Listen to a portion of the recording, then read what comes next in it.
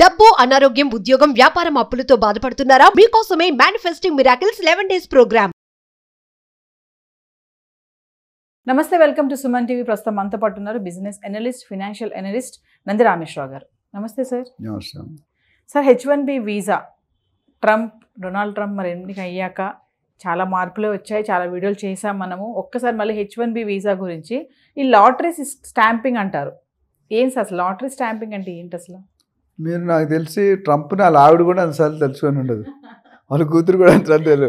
మీరు మాత్రం ప్రతి ఎపిసోడ్లో తలుచుకుంటారు, ఎందుకంటే ఆయన అంత క్రియేట్ చేశాడు వండర్స్. సో ట్రంప్ గురించి ఎంత మాట్లాడుకున్నా తక్కువే. ఎలాన్ మస్క్ ఎలాగన్నా ఈయన కూడా మీకు తెలిసిన రియల్ ఎస్టేట్ బ్యాక్గ్రౌండ్. ట్రంప్ ఈ వాజ్ రియాల్టర్, డబ్బు అక్కడి నుండే సంపాదించాడు. Barack Obama is realtor, Warren Buffett is realtor. పెద్ద పెద్ద వాళ్ళందరూ మీరు బిలియనర్ అంటే వాడికి డైరెక్ట్గా కానీ వాళ్ళకి ఇండైరెక్ట్గా కానీ రియల్ ఎస్టేట్తో కనెక్షన్ ఉంటుంది. సాఫ్ట్వేర్ కంపెనీలు ఎండీలు రియల్ ఎస్టేట్లో పెడతారు, ఫార్మా కంపెనీలు పెడుతున్నారు, బయటకు కనిపించరు, పేర్లు వేరేగా ఉంటాయి కానీ అంటే అంత పొటెన్షియల్ ఉంది. సో ఇక్కడ వచ్చే H1 ఏంటంటే మొదటి నుంచి చెప్పుకొచ్చాం, ట్రంప్ అనేవాళ్ళు ఇండియానే కాదు మిగతా అన్ని దేశాల్లో కూడా ఒక స్ట్రాటజీ పెట్టుకున్నాడు. I have to develop my country. Modi గారు ఏమంటారు, make in India, digital India అంటారు. అంటే ఇండియాలోనే బయట ఎక్స్పోర్ట్ తెచ్చుకుంటే చాలా కాస్ట్, బయట నుంచి తెచ్చుకుంటే చాలా కాస్ట్ ఉంటాయి. ఇక్కడ 10 రూపాయలు అక్కడ 100 రూపాయలు ఉంటుంది. సో ట్రంప్ ఏం చేస్తున్నారంటే he wants to have less luggage and more comfort. ఇప్పుడు మోర్ లగేజ్ లెస్ కంఫర్ట్ అంటే అర్థం ఏంటి, లక్షల మంది ఇతర దేశాల నుండి ఇల్లీగల్గా ఎంట్రీ అయిపోతున్నారు. నాకు తెలిసిన ఒక కజిన్ ఉన్నాడు, ఆయన ఒక రెస్టారెంట్ మెయింటైన్ చేస్తున్నాడు. ఆయన he work for a good multinational పెద్ద కంపెనీ. 12 మంది వర్కర్లు ఇల్లీగల్గా వచ్చారు, హోటల్ మెయింటైన్ చేయాలి. వాళ్ళకి నెలకి $2,000 ఎంతో ఉంటాయి, చాలా తక్కువ salary. So what illegal maintain చేయాలి, దొరికిపోతే వెళ్ళిపోతారు. అలాగే వందలు ఆల్ పెట్రోల్ పంప్స్, హాస్పిటల్స్, ఈ రెస్టారెంట్స్ అన్నిట్లో కూడా, రిసార్ట్స్ కానీ ఇవన్నీ కూడా ఇల్లీగల్ చాలా మంది, లో క్లాస్ వర్కర్స్, స్కిల్డ్ కాకుండా అన్స్కిల్డ్ నేను చెప్పేది.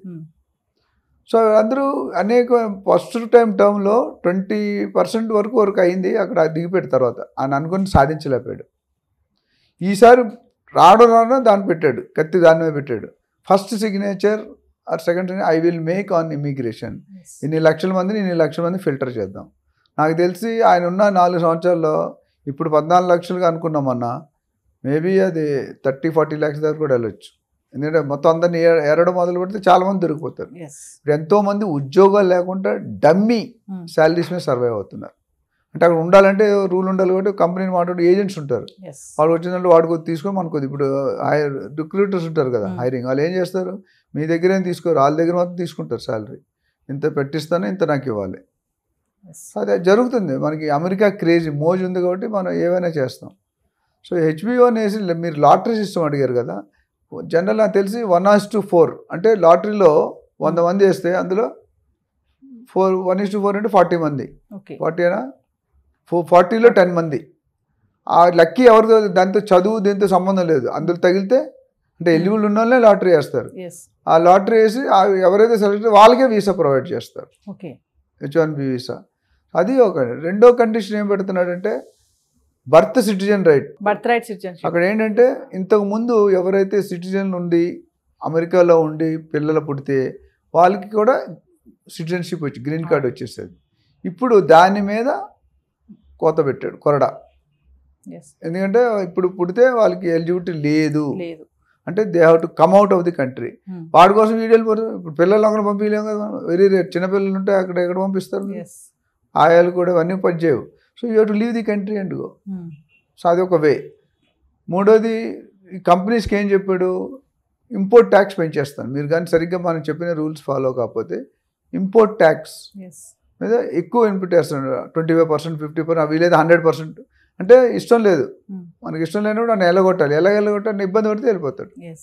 మనకి ఇప్పుడు ఇండియాలో 100% EOU అని ఉండేది ఒకప్పుడు. 100% EOU, ఎక్స్పోర్ట్ ఓరియంటెడ్ యూనిట్. వాళ్ళకి ఎవరైతే మన ఫారెన్ విదేశీ కరెన్సీ ఇండియాకి తెచ్చుకుంటే ఒక స్కీమ్ ఇచ్చారు, అంటే ఒక స్పెషల్ రికగ్నిషన్. ఫారెన్ కరెన్సీ అంత ఈజీగా రాదు, అందుకనే ఇండియాలో మ్యానుఫ్యాక్చర్ చేసి బయట మాత్రం ఇక్కడ అమ్మడానికి లేదు, లోకల్ అమ్మకూడదు, అమ్మితే అది కేసు. అలా కొన్ని వేల కోట్లు సంపాదించారు పెద్ద పెద్ద కంపెనీలు. SEZ and special economic zones. అందులో ఇప్పుడు SEZ అంటారు, ఐటీ పార్క్స్ కానీ కొన్ని కంపెనీలకి వెళ్ళి, ఇప్పుడు అన్ని కంపెనీలకి SEZ అంటే ఇప్పుడు ఫార్మా కంపెనీ అంటే ఎగ్జామ్షన్ ఉంటుంది. మీ బెస్ట్ ఎగ్జాంపుల్ పోచారం ఉందా? అంత 20 years బ్యాక్ మీకు పోచారం తెలుసా?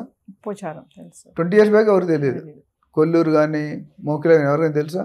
ఉన్నది ఎవరికో ఇప్పుడు ఫేమస్. పోచారంలో ఇన్ఫోసిస్ వెళ్ళింది. ఇక్కడ నుండి పోచారం ఎంత దూరం తెలుసా? Almost 2 hours journey. ఎందుకు మరి అక్కడ పెట్టి ఎంప్లాయీస్ దొరకరుగా? Government is encouraging the SEZs. ఎందుకంటే వాళ్ళు రిస్క్ తీసుకొని అంత దూరంగా అకామిడేషన్ కానీ ట్రాన్స్పోర్ట్ పెట్టి చేసుకుంటారు, కాస్ట్లీ. సో వాళ్ళకి ట్యాక్స్ హాలిడే ఇస్తారు.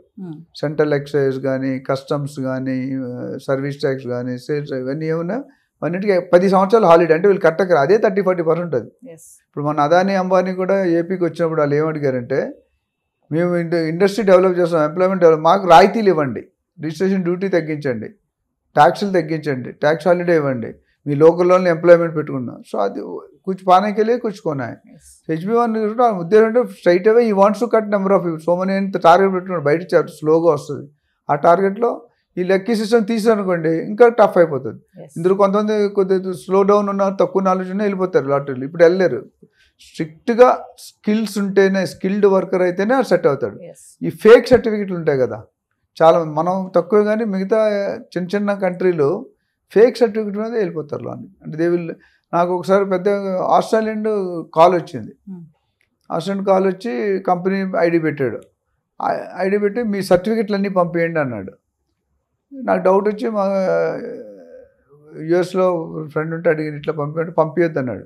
ఎందుకంటే మీరు పంపిస్తే మీకు జాబ్ రాదు. అటు లెటర్ అంటే డూప్లికేట్ జీమెయిల్ ఐడిలో కంపెనీ అంటే ఒక్క డాట్ ఒక వర్డ్ మార్చాడు. మనకి దూరం నుంచి చూస్తే గూగులే ఉంటుంది. గూగుల్ పక్కన ఏదో యాడ్ చేసాడు తెలియదు, సఫిక్స్ ప్రిఫిక్స్ లాగా.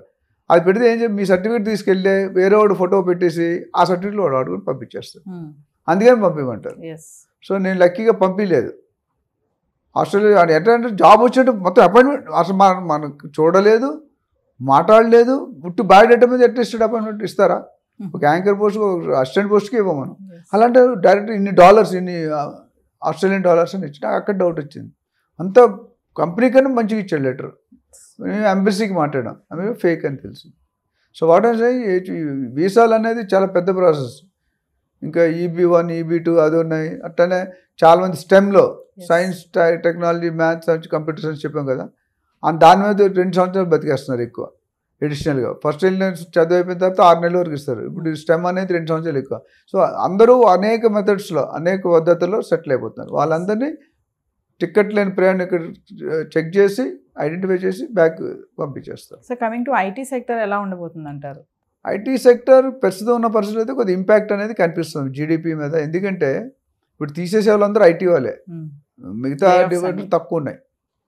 ఎందుకంటే అమెరికాలో సిటిజన్షిప్ ఎందుకు తీసాడు? వాళ్ళకి అన్నీ ఫ్రీ ఉంటాయి. మళ్ళా ఇండియా ఒకటే కంట్రీ, UK కానీ, నెదర్లాండ్ కానీ, అమెరికా కానీ, కెనడా అన్నీ కూడా పిల్లలకి అన్నీ ఫ్రీ ఉంటాయి. చదువు, డ్రెస్సింగ్, ట్రాన్స్పోర్ట్, చాలా వరకు ఎగ్జామ్స్ ఉన్నాయి. ఆ బడ్డని కొన్ని వేల కోట్లు అవుతుంది, వేల డాలర్స్, కోట్ల డాలర్స్. అది తగ్గిస్తున్నాడు. ఎందుకంటే వాళ్ళ ఉద్దేశం ఏంటి, రెసిషన్ రాకుండా ఉండాలంటే ఎకానమీ ఖర్చు తక్కువ పెట్టాలి. మీరు ఇంట్లో మీరు ఇద్దరు ఉంటే ఒక ఖర్చు అవుతుంది, నలుగురు ఉంటే ఒక ఖర్చు అవుతుంది, చుట్టాలు వస్తే వేరే ఖర్చు అవుతుంది. ఆ చుట్టాలకు 2 కూరలు పెట్టాలా, 1 కూర పెట్టాలా, మీ బడ్జెట్ మీద ఉంటుంది. వెజ్ పెట్టాలా, నాన్ వెజ్, మీ బడ్జెట్లో అది ఏం చేస్తారు? ఉన్నదంటూ సర్దుకోవాలి. లావు అయితే మజ్జిగ పాల్చిన అవుతుంది. ఇక్కడ ఏమైందంటే ఎవరైతే ఈ పిల్లలు, ఎందుకంటే దాని మీద కొంత రెవెన్యూ వస్తుంది గవర్నమెంట్, తగ్గుతుంది, ఆ ఖర్చే బెటరు. లేకపోతే ఇప్పుడు 1,00,000 మంది పిల్లలు పుట్టారు అనుకోండి, ఆ 1,00,000 మంది క్యాండిడేట్కి ఇన్ని వేలనే అవుతాయి, అవంతా ఫ్రీ ఇవ్వాలి కదా, అదే కట్ పెట్టాడు. సో అలాగా ఇంకా 10-15 స్టెప్స్ ఉన్నాయి ఫ్యూచర్లో. అవి వచ్చినట్టు డిస్కస్ చేద్దాం, ఇప్పుడు టూ ఎర్లీ. బట్ డెఫినెట్గా సాఫ్ట్వేర్ మీద ఇంపాక్ట్ పడుతుంది. నా సాఫ్ట్వేర్ హ్యాస్ టు లుక్ అయితే జాబ్స్ ఇన్ ఇండియాలో కూడా అదే పరిస్థితి ఉంది.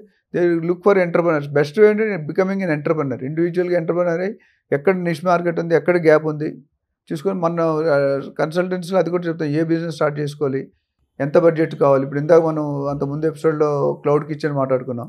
అంటే there are so many business. Poultry farm ఉంది, ఆయిల్ ఉంది, గ్రౌండ్ నట్ ఆయిల్, ఇవన్నీ నువ్వుల నూనె. సో తక్కువ ఖర్చుతో ఎక్కువ లాభం రావాల్సింది. సో ఎవరికైనా దీని మీద ఇంట్రెస్ట్ ఉంటే they can call us. We'll definitely help them. Thank you, sir.